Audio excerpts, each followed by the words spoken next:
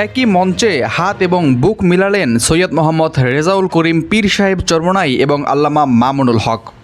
আমাদের ভাই আজকে দুইজন হাতে হাত রেখে আমাদেরকে সাক্ষী রাখো, বাংলাদেশে এই দুইজনকে আলাদা দেখতে চাই না, আলাদা দেখতে চাই না। লিল্লাহে তাকবীর, লিল্লাহে তাকবীর। পীর সাহেব হুজুর এগিয়ে চলে, মামুনুল হক এগিয়ে চলো।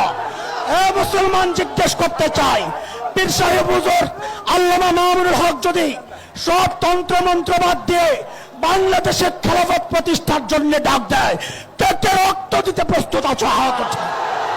রাজধানীর ধূপখোলা মাঠে আয়োজিত বিশাল ওয়াজ মাহফিলের মঞ্চে এই ঘটনার পর বিএনপিকে নিয়ে বিভিন্ন কথা বলতে শোনা যায় আল্লামা মামুনুল হককে।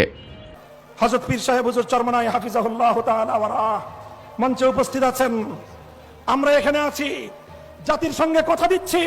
আমি বাংলাদেশের সকল রাজনৈতিক পক্ষগুলোকে পরিষ্কার ভাষায় আমাদের বার্তা স্পষ্ট ভাষায় দিয়ে দিচ্ছি। ৭২ আর ২৪-এর যে সংঘাত, ওই সংঘাতে আমাদের আপোষ করার কোনো সুযোগ নাই। ২৪-এর রক্তের সঙ্গে গাদ্দারি করে যারা আবার ৭২-এর বাকশালী ব্যবস্থার দিকে ফিরে যেতে চান, আপনারা যদি শহীদ জিয়াউর রহমানের নাম মুখে উচ্চারণ করেন, তাহলে আপনাদের আরেকবার উযু করা দরকার। কাদেরকে হুজুর মাসলা শিখান? নিজের পূর্বপুরুষদের, নিজের দলের পূর্বপুরুষদের আদর্শ থেকে আপনারা বিচ্যুত হয়ে এ জাতির সঙ্গে ধোঁকাবাজি করবার রাজনীতি বাংলার মানুষ সহ্য করবে না। আমাদের কাছে রাজনৈতিক কোনো ক্ষমতার পদ পদবীর প্রয়োজন নাই। আমরা জাতির মুক্তি চাই, আমরা আমাদের পূর্বপুরুষদের রক্তের ঋণ শোধ করতে চাই। তারা রক্ত দিয়ে যে জাতি গঠন করতে চেয়েছিলেন, আমরা সেই জাতির ভবিষ্যৎ দেখতে চাই। আরে নির্বাচন ফির্বাচন অনেক পরের কাহিনী। কিসের নির্বাচন?